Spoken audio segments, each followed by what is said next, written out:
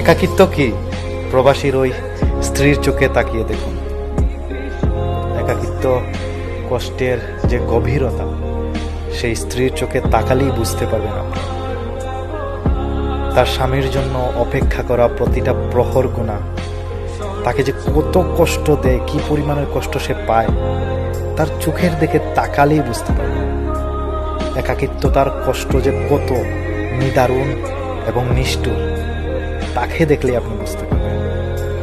প্রবাসীরা স্ত্রীরা আসলে সবসময় অপেক্ষায় থাকে, প্রতিটা প্রহর গুণে, প্রতিটা সেকেন্ড গুণে তার স্বামী কবে দেশে আসবে, আবার কবে দুজনে হাতে হাত রেখে গল্প করবে, হাতে হাত রেখে মেঠু পথ ধরে চলবে, আবার কখন তার স্বামীর পছন্দের খাবার সে রান্না করে তার স্বামীকে খাওয়াবে, কখনো একান্তে সময় কাটাবে।